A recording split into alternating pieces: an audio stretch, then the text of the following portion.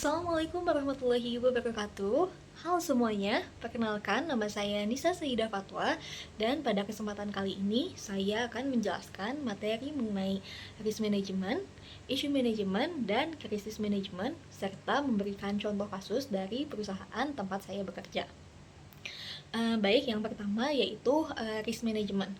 Risk management ini merupakan upaya yang dilakukan perusahaan untuk mengidentifikasi dan mengantisipasi potensi resiko sebelum resiko itu benar-benar terjadi.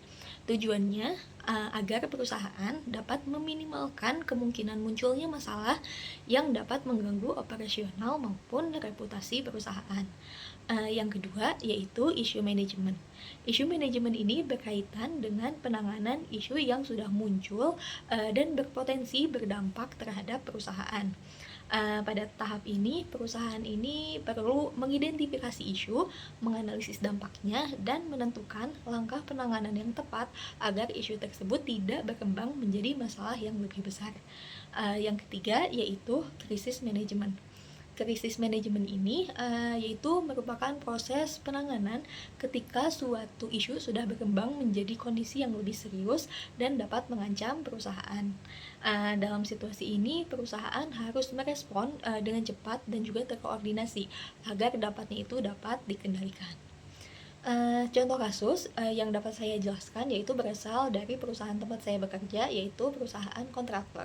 Di mana dalam industri kontraktor, salah satu potensi krisis yang cukup besar yaitu ketika perusahaan tidak dapat memenuhi ketentuan kontrak proyek, misalnya terkait kualitas pekerjaan, kualifikasi pekerjaan, keselamatan kerja, atau keterlambatan penyelesaian pekerjaan. Jika hal tersebut terjadi, perusahaan dapat dikenakan berbagai sanksi dari customer, mulai dari peringatan, denda, hingga penghentian kontrak.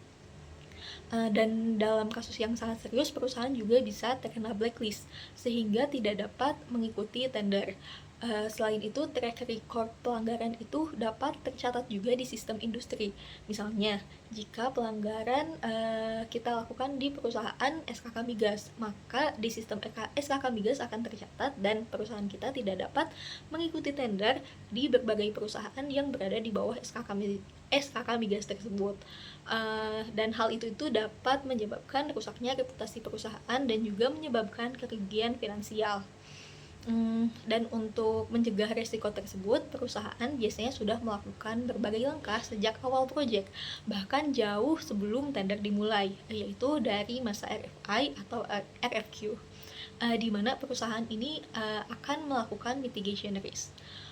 Perusahaan juga harus memastikan seluruh persyaratan kontrak ini dapat dipahami dengan jelas, melakukan perencanaan dan penjadwalan pekerjaan, serta mengadakan meeting peralihan dari tim sales ke tim operasional. Selain itu, dilakukan juga kick-off meeting dengan customer agar semua pihak memiliki pemahaman yang sama mengenai pekerjaan yang akan dilakukan. Dan dari sisi keselamatan kerja atau HSE, perusahaan juga menerapkan berbagai langkah pencegahan, yaitu seperti HSE induction, sertifikasi tenaga kerja, serta penerapan standar keselamatan kerja, terutama karena sebagian pekerjaan kita ini termasuk kategori high risk, yaitu seperti pekerjaan di area offshore. Bukti bahwa perusahaan kita telah menerapkan strategi tersebut yaitu perusahaan kita seringkali mendapatkan penghargaan dari kontraktor, yaitu penghargaan kontraktor terbaik dan juga HSE terbaik. Namun walaupun sistem keselamatan sudah diterapkan, pernah ada satu kejadian di mana salah satu personil kita ini pingsan di area offshore. Kejadian tersebut langsung ditangani sesuai prosedur HSE yang berlaku. Kemudian perusahaan kita juga melakukan evaluasi serta sosialisasi kepada seluruh karyawan agar kejadian serupa ini dapat dicegah di masa depan. Dari contoh tersebut dapat kita lihat bahwa risk management, issue management, dan krisis manajemen ini sangat penting bagi perusahaan agar potensi masalah ini dapat diantisipasi, isu dapat ditangani dengan cepat, dan krisis juga dapat dikelola dengan baik. Mungkin sekian yang dapat saya sampaikan. Terima kasih atas perhatiannya. Wassalamualaikum warahmatullahi wabarakatuh.